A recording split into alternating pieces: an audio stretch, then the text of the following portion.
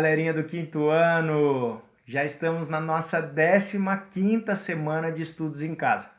Eu sou o Matheus e espero que vocês estejam bem. Bom, nessa semana, a gente vai estudar os assuntos das semanas anteriores. Vai ser uma semana de revisão. Então, a gente vai estudar os assuntos mais especificamente das semanas 11, 12, 13 e 14, tá? E quais são esses assuntos, então, que a gente vai revisar e vai estudar nessa aula? A gente vai iniciar a nossa conversa aí sobre probabilidade, tá? Depois a gente vai fazer alguns cálculos mentais, faremos aí contas de cabeça. Vamos relembrar as regras para calcular expressões numéricas. Vamos trabalhar também com a ideia de proporcionalidade, primeiro envolvendo figuras e também vamos explorar algumas receitas. Joia! Para a gente então dar início a essa nossa conversa, né? Eu quero falar para vocês que esses assuntos estão lá no nosso livro didático, no capítulo 6, inicia na página 42 e vai até a página 64. Separe então seu material, seu livro didático, lápis, caderno e borracha, mais especificamente o seu livro de atividades, tá? Porque a gente vai fazer algumas atividades que foram sugeridas nas semanas anteriores, foram aí propostas. Então, para quem já fez, é uma ótima oportunidade para a gente corrigir, e para quem não fez ainda, a gente vai fazer juntos aqui nessa aula. Então, vamos lá. Vocês estudaram probabilidade com a prof. Heloísa na aula da semana 11, e ela aí conversou com vocês sobre esse assunto utilizando jogos que envolviam o lançamento de dados. Aqui eu vou fazer um pouco diferente, eu vou usar o contexto do sorteio, tá? Então vamos lá. Eu tenho aqui comigo um saquinho, tá? Ele vai representar aqui como vai fazer o papel de uma urna para nós. Ele ainda está vazio. E inicialmente, então, para a gente começar a falar de probabilidade, eu vou colocar duas bolinhas aqui dentro. Vou colocar primeiro uma bolinha amarela, tá um pouco manchada, tá? Mas é amarela. E depois eu vou colocar uma bolinha vermelha, tá? Primeira pergunta, muito simples, quantas bolinhas a gente tem aqui dentro? Duas, legal. Segunda pergunta, tem alguma chance maior de eu tirar a bolinha amarela, por exemplo? Se eu colocar a mão aqui dentro, aleatoriamente, tirar uma bolinha, qual a chance de sair uma bolinha amarela? É a mesma, né, de sair uma bolinha vermelha, ou seja, é uma em duas. Ou se eu quiser escrever em forma de fração, é 1/2. Tá fácil, né? Uma outra pergunta. Qual a chance de eu colocar a mão aqui dentro e tirar uma bolinha verde? Opa, verde? Nenhuma, é nula, né, a chance. Ou seja, é impossível eu sortear uma bolinha verde porque eu não coloquei bolinha verde aqui dentro. Bom, vamos agora então para uma próxima etapa. Eu vou colocar aqui mais 3 bolinhas, ó. Vou colocar mais uma bolinha amarela também, a segunda também amarela e a terceira também amarela. Bom, vamos agora às perguntas. Se eu colocar a mão aqui dentro, sortear uma bolinha, é maior ou menor a chance de sair uma bolinha amarela em relação à vermelha? É maior, né? Eu tenho mais bolinhas aqui amarelas do que vermelha. Então, qual que é a chance de eu sortear uma bolinha amarela? Eu tenho lá dentro quantas bolinhas? 5. Quantas delas são amarelas? 4. Então, a chance de eu tirar uma bolinha amarela aqui de dentro é 4 em 5. Ou, na forma de fração, 4/5. Tá? E a chance de eu tirar uma bolinha verde daqui de dentro? Aí, de novo, a mesma pergunta. É nula, né? É impossível. Eu não tenho bolinha verde, então eu não consigo sortear bolinha verde aqui nessa minha urna. Bom, qual que é a ideia, né, dessa brincadeira inicial nossa? É que a gente tem situações, a gente chama de eventos que tem a mesma chance de acontecer, mesma chance de ocorrer, que é o que aconteceu no primeiro caso, onde a gente tinha duas bolinhas, uma amarela e uma vermelha. Então a gente tinha a mesma chance de sortear uma amarela ou vermelha. E a gente tem eventos também em que isso não acontece, ou seja, a gente tem uma chance maior de ter um resultado aí é esperado, né? E a gente tem também situações que são impossíveis de acontecer, né? Foi quando eu perguntei qual era a chance de tirar uma bolinha verde lá de dentro. Então vamos dar sequência a esse assunto realizando uma atividade, tá? Que está lá no nosso livro de atividades, tá na página 44. Na verdade a gente vai fazer duas atividades, atividade 1 e atividade 2. Atividade 1. Este é um dos dados que Eduardo tem. Observe o molde deste dado representado a seguir. Então a figura amarela está representando o molde do dado, e depois a gente tem uma figura roxa, né, que é o próprio dado, como se fosse uma vista de cima desse dado. A pergunta do item A. Ao lançar esse dado, quantos e quais resultados Eduardo pode obter? Bom, a gente nota que o dado está enumerado. Então, quais os resultados que ele pode obter? Ele pode obter o 1, o 2, o 3, o 4, o 5, o 6, o 7 e o 8. Tá? Então, são 8 resultados aí possíveis. Item B. Considerando que dois dados como esse foram lançados ao mesmo tempo e que os resultados foram adicionados, complete a tabela com as somas que podem ser obtidas. Então, vocês já fizeram uma tabela parecida com essa, né, lá na aula da semana 11. Ela é bastante comum quando a gente estuda probabilidade. E ali a gente tem a representação dos dois dados, né? Como a gente vai lançar dois dados, cada um deles está enumerado de 1 a 8, então quais as possíveis somas? O primeiro caso, se o primeiro dado for lançado e a gente obtiver o número 1 e o segundo também 1, então a soma vai ser igual a 2. Se o primeiro dado, né, vou chamar de dado 1, a gente tirar o número 1 e o dado 2 a gente tirar o número 2, então a soma vai ser 3. Se no dado 1 a gente tirar o número 1 e no dado 2 tirar o número 3, a soma vai ser 4. E assim por diante, né? Eu posso tirar no dado 1 o 1 de novo e no dado 2 o 4, a soma dá 5. E aí eu vou completando essa tabela então, até representar ali todos os possíveis resultados, certo? Vamos para o item, ou melhor, vamos para a atividade 2. Imagine que você tenha dois dados do mesmo formato da questão anterior, porém eles têm cores diferentes. Ao lançar os dois dados ao mesmo tempo, quantos resultados diferentes você pode obter? Então, como é que a gente consegue chegar nessa resposta? Então, a tabela que a gente preencheu anteriormente vai nos ajudar bastante a responder essa pergunta, porque a gente preencheu lá 64 resultados, não é isso? Da tabela que a gente preencheu, ela tem, né, só contando os espaços que a gente preencheu, ela tem 8 linhas e 8 colunas. 8 vezes 8, então 64 resultados. E desses resultados, quantas somas diferentes aparecem no quadro? Então, observando o quadro, né, é possível a gente obter como resultados o número 2, o 3, o 4, o 5, assim por diante, até a soma 16, não é isso? Quando eu obtiver 8 nos dois dados, quando eu obtiver 8 no lançamento dos dois dados. Então, dos 64 resultados, a gente consegue 15 somas diferentes. Item B. Qual é a chance de, ao lançar esses dois dados, sair uma soma igual a 10? Bom, então a gente vai analisar aquela tabela e vai contar quantas vezes o 10 aparece lá, né? Quantas chances temos de somar 10 com o lançamento dos dois dados.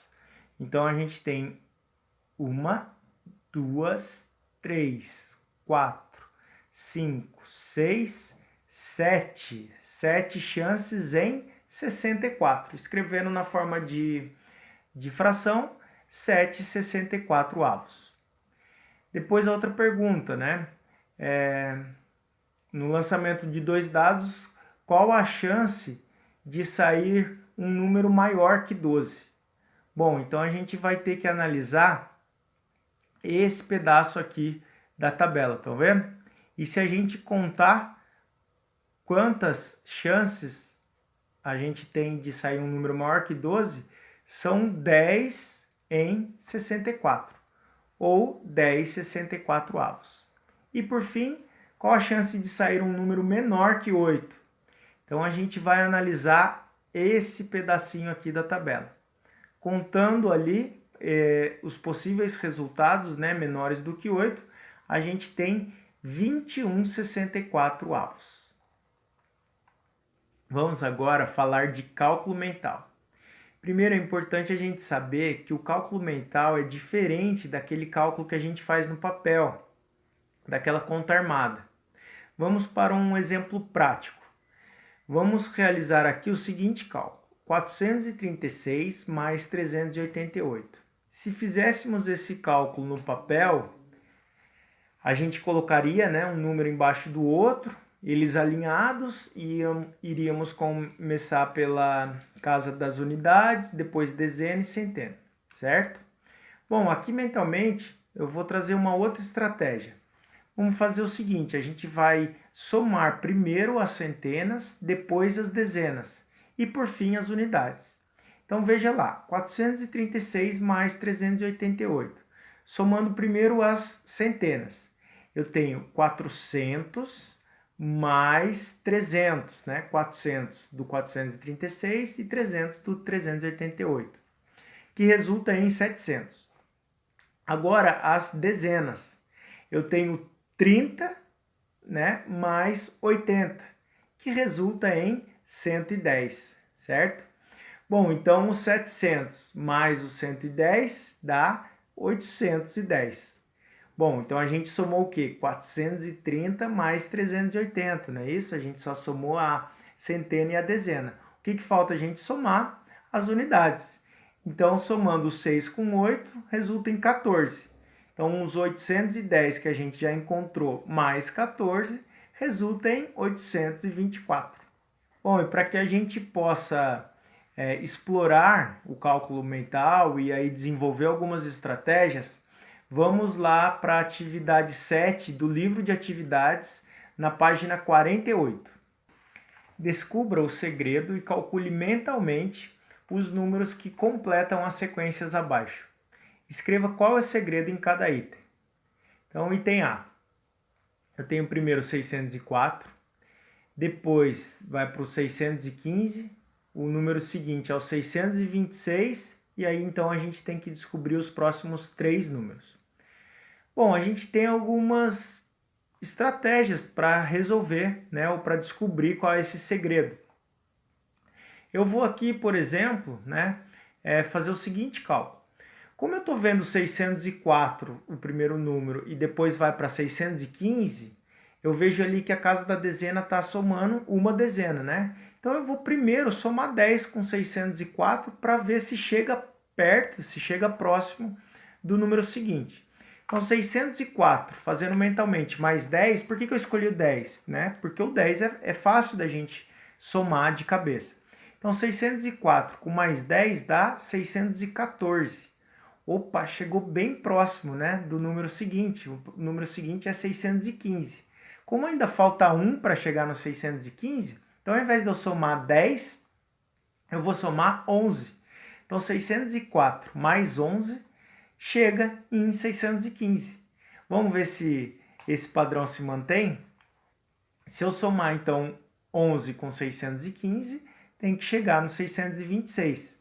E é verdade, né? Quando a gente soma 615 com 11, resulta em 626.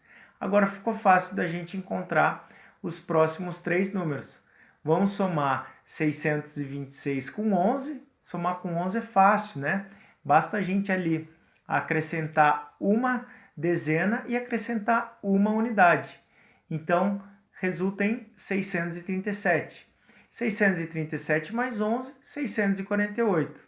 Mais 11, 659. Item B. O primeiro número é o 788 e o segundo é o 776. Agora o número ficou menor, né?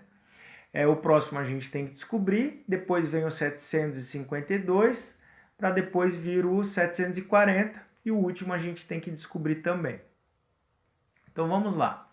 788, o seguinte é 776. Eu vou primeiramente ali, para tentar facilitar o cálculo, como eu falei, eu vou usar uma estratégia, mas a gente pode usar várias, né? Eu vou pensar no 786. Quanto eu tenho que tirar para ficar com 786? Pois eu estou vendo 6 na casa da unidade do segundo número também. Então, se eu tirar 2 unidades, né, do primeiro número, eu fico com 786. Agora, 786 para 776 é fácil a gente ver que basta tirar 10, não é isso? Então, se eu tirei 2 primeiro e depois eu tirei 10, se eu tirar 12 de 788, eu chego em 776. Esse aí, então, é o segredo.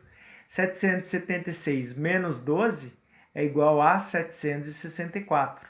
Menos 12, 752. Menos 12, 740 e, por fim, o 728. Item C. Eu tenho lá 1015, o número seguinte é o 1120, aí eu tenho que descobrir os 4 próximos números.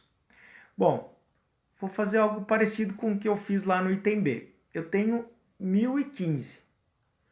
Como eu estou vendo que o próximo número é 1120, bom, 1015 para chegar no 1020, quanto que eu tenho que somar? Eu somo 5, certo? 1015 mais 5 dá 1020. Só que o próximo número é 1120 e não 1020. Então, basta agora eu somar mais 100. Então, se eu somei 5 para chegar no 1020 e eu quero chegar no 1120, eu somo mais 100. Então, eu somo, na verdade, 105. Então, é o segredo aí da nossa sequência. Eu tenho 1015 mais 105 dá 1120, mais 105, fazendo de cabeça. Vai ficar com 5 lá na unidade, né? E vai somar também 1 na centena. Então vai ficar 1225. Mais 105, tentem fazer de cabeça. Vai dar 1330. Depois mais 105, 1435. Depois mais 105 vai resultar em 1540. Item D. A gente não sabe qual é o primeiro número. O segundo é o 2860, o terceiro é 2740. Não sei quais são os 2 próximos números e o último é o 2380. Bom, a ideia aqui é a gente achar o segredo, né, a partir do segundo número e do terceiro. Como eu vi que o segundo número é maior que o terceiro, então vai ter a redução, né, de algum valor. Vamos fazer o contrário agora. Vamos olhar para o terceiro número e ver quanto que a gente deve somar para chegar no segundo número. Então, o terceiro número é o 2740 e eu tenho que chegar em 2860. Bom, eu poderia primeiro somar 100 com 2740 para ver se vai chegar bem próximo ou não do segundo número. Por que eu somo 100? Porque é fácil, né? A gente consegue fazer de cabeça, a gente consegue fazer o cálculo mental. Então, 2740 mais 100 dá 2840. Só que o segundo número é 2860, ou seja, 20 a mais do valor que a gente encontrou. Então, ao invés de eu somar 100, eu vou somar 120. Vou somar 120 com os 2740. Dá 2860, certo? Então, qual é o segredo? Eu estou vendo que há uma variação de 120 de um número para o outro. Só que nesse caso, eu parti do terceiro número para ir para o segundo. Então, para eu ir para o primeiro, eu somo 120. Somando 2860 com 120, vai dar 2980. Agora vamos achar o quarto número. Ou, se vocês preferirem, a gente pode ir lá para o último número, né? E achar o penúltimo e assim por diante. Então vamos fazer dessa forma? Olha lá, 2380 com mais 120, eu vou achar o quinto número, que é o 2.500. 2.500 mais 120 eu acho o quarto número. Então 2.500 com 120 dá 2.620. Legal? Gostaram? Pessoal, há muitas maneiras da gente fazer cálculo mental. Há diversas estratégias. Aqui eu utilizei algumas que para mim são fáceis, mas vocês podem utilizar outras ideias. Então eu sugiro que vocês pratiquem bastante para que possam desenvolver diversas estratégias para a realização de cálculo mental. Agora vamos relembrar as regras para resolvermos expressões numéricas. Na aula da semana 12, eu realizei um item da atividade 8 da página 56 do livro didático e pedi para vocês realizarem os demais itens. Quem resolveu, ótimo, a gente corrige. Quem não resolveu, pode tentar resolver agora e a gente vai fazer a correção juntos, ok? Então vão lá no livro didático, página 56, atividade 8. Então, como eu falei, o item A dessa atividade eu já havia feito na aula da semana 12, não vou fazer. Vamos fazer o item B.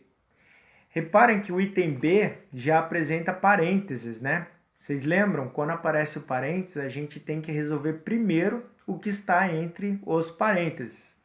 Então, olhando lá para dentro dos parênteses, né? O item B, a gente tem 58 mais 47 mais 25 mais 83. Aí depois, né, de resolver toda essa adição, a gente multiplica por 49. Então vamos lá, 58 mais 47 é igual a 105. Aí eu vou repetir, mais 25 mais 83. Não posso me esquecer de colocar os parênteses. Multiplicado por 49. Bom, resolvendo ainda o que está dentro dos parênteses. Como são só adições, né? Eu vou resolver primeiro 105 mais 25, que resulta em 130. Aí vou repetir mais 83, fecho os parênteses e multiplico por 49. Bom, agora resta a gente fazer, né, a última adição que está entre os parênteses, para depois multiplicar por 49. 130 mais 83 resulta em 213. Vezes 49, a gente vai encontrar o resultado de 10.437. Item C. O item C também tem parênteses, então a gente vai ter que resolver primeiro o que está entre os parênteses. 14 mais 37 menos 19 multiplicado por 32, né? Então, o que está entre os parênteses? Eu vou resolver primeiro 14 mais 37, resulta em 51, menos 19. Fecho parênteses, multiplico por 32. Então, resolvendo lá o que está entre parênteses. 51 menos 19. É interessante que esses momentos vocês aproveitem também para resolver ou para tentar resolver mentalmente, né? É uma ótima oportunidade. Então, 51 menos 19 é igual a 32. 32 vezes 32, 1.024. Item D. O item D a gente não tem parênteses. Vocês se lembram qual operação a gente deve resolver primeiro? É a multiplicação, isso aí. Então, a expressão é a seguinte: 52 vezes 13 menos 36 vezes 15 mais 85. A gente vai resolver primeiro 52 vezes 13, que dá 676, e eu já vou resolver direto, ó, 36 vezes 15, que dá 540. Então, 676 menos 540 mais 85. Bom, agora a gente só tem subtração e adição, eu vou resolver na ordem que está aparecendo ali. Então, primeiro apareceu a subtração, 676 menos 540 é igual a 136, mais 85, 221. Espero que vocês tenham acertado. Estamos indo para a parte final da nossa aula. Agora a gente vai retomar o conceito, a ideia de proporcionalidade, primeiro em situações geométricas, ou seja, a partir de imagens, e depois em situações que envolvem medidas, que no nosso caso aqui a gente vai explorar receitas. Então vamos lá. Para a gente começar retomando os conceitos de ampliação, deformação e redução, eu vou pedir para vocês irem lá na atividade 11 do livro de atividades, na página 51, tá ok? Essa atividade eu sugeri na aula da semana 13. Então vamos lá. Qual transformação foi feita em cada figura a partir da original? Por quê? Então vamos lembrar, né? Quais transformações que a gente estudou? A gente estudou a ampliação, a redução e a deformação. Vamos primeiro olhar para a figura original, né? Uma figura ali composta por 2 linhas e 3 colunas. E eu vou considerar, ó, reparem esse lado aqui, como sendo a largura, tá ok? E esse lado aqui eu vou considerar como sendo o comprimento. Legal, agora a gente vai olhar a figura verde, a figura A, e já de imediato a gente identifica que ela é maior, né, que a figura original. Então vamos ver se houve aí uma ampliação. Visualmente já dá para a gente responder, mas vamos analisar aqui a largura. Na figura original, a largura mede, eu vou considerar cada lado desse quadradinho como sendo uma unidade de comprimento, tá? Então a figura original mede, a largura da figura original mede 2 unidades de comprimento. E a figura A, ela mede, a largura da figura A mede 4 unidades de comprimento. Então a largura dobrou, né, da figura A em relação à figura original. Agora vamos analisar o comprimento. O comprimento da figura original é de 3 unidades de comprimento, né? E da figura A também. Então a gente não teve um padrão no crescimento. Lembram? Dessa forma, então, a gente conclui que a figura A teve uma deformação, pois a largura dobrou e o comprimento permaneceu igual. Vamos agora analisar a figura B. Na figura B, a gente identifica que a largura dobrou, né? Então mede ali 4 unidades de comprimento. E o comprimento também dobrou, enquanto que na figura original o comprimento mede 3 unidades de comprimento, na figura B a gente tem 6 unidades de comprimento. Então, dessa forma, a figura B é uma ampliação da figura original, pois todas as medidas da figura B foram dobradas. Figura C. Então, observando a largura, a gente identifica que reduziu pela metade, né? Então, a largura da figura C mede 1 e a da original mede 2. E o comprimento? O comprimento também reduziu pela metade. Na figura original a gente tem o comprimento valendo 3 e na figura C ele mede ali 1,5. Então a figura C é uma redução da figura original, pois todas aí as medidas foram divididas por 2. Por fim, vamos resolver a atividade 12 do livro de atividades que está na página 51, logo após a atividade que a gente fez agora, das figuras geométricas. Então vamos ler juntos. Veja a lista de ingredientes para fazer um bolo de aipim com coco. Então a relação dos ingredientes. 1 kg de mandioca, aipim ou macaxeira, né? Tem uma variação aí do nome dependendo da região. 3 xícaras de farinha de trigo, 100 gramas de manteiga, 200 ml de leite de coco, 100 gramas de coco ralado, uma pitada de sal e 1 xícara de leite e 4 ovos. O rendimento é para 10 porções. Na página 52, né, dando sequência à atividade. Complete com a quantidade necessária de alguns ingredientes para fazer primeiro 20 porções. Bom, se a receita original é para um rendimento de 10 porções e eu quero fazer agora uma receita para 20 porções, o que eu devo fazer? dobrar então a quantidade dos ingredientes, né? Uma vez que 20 é o dobro de 10. 20 porções é o dobro de 10 porções. Então, quantos quilogramas de mandioca a gente vai ter que pôr? 2 quilos de mandioca. E de farinha de trigo. Se na receita original são 3 xícaras, a gente vai colocar 6 xícaras de farinha de trigo. Manteiga. Na receita original são 100 gramas. Então, nessa nova receita para 20 porções, a gente vai colocar 200 gramas de manteiga. E leite de coco. Na receita original são 200 mililitros, então nessa nova receita a gente vai colocar 400 mililitros.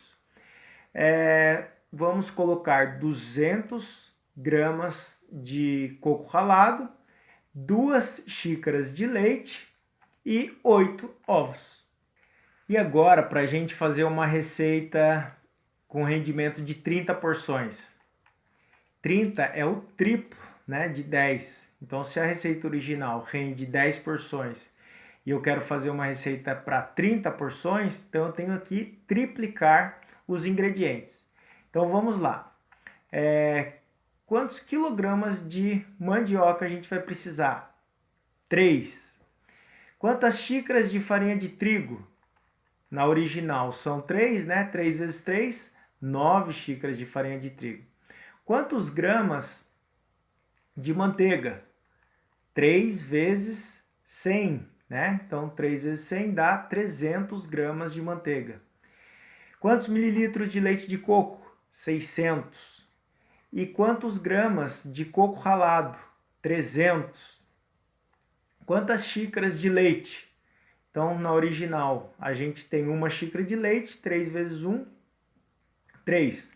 Como são 4 ovos na receita original, 3 vezes 4, 12 ovos, tá? Agora, ó, a gente precisa fazer uma receita para 5 porções. 5 porções é a metade de 10 porções, não é isso? Então, o que a gente vai fazer? Reduzir pela metade todos os ingredientes. Então, se eu tenho 1 kg de mandioca na receita original, a gente então vai precisar de meio quilo de mandioca nessa nova receita. Quanto de farinha de trigo? Esse cálculo a gente já fez na aula da semana passada, né? Se eu tenho 3 dividido por 2, a gente vai precisar então de 1,5 xícaras de farinha de trigo. Quantos gramas de manteiga? A gente vai dividir os 100 gramas da receita original por 2, então a gente vai precisar de 50 gramas de manteiga. Quantos mililitros de leite de coco? 100 mililitros. 50 gramas de coco ralado. Se eu preciso de 1 xícara de leite na receita original, 1 xícara dividido por 2, eu vou ter meia xícara de leite. E 4 dividido por 2, eu vou ter 2 ovos nessa nova receita. Bom, galerinha, a gente aqui então revisou todos os assuntos que estão lá no capítulo 6 do nosso livro, que foram estudados nas últimas 4 semanas. Espero que vocês tenham compreendido, que vocês tenham feito os exercícios e acertado. Um grande abraço e até a próxima.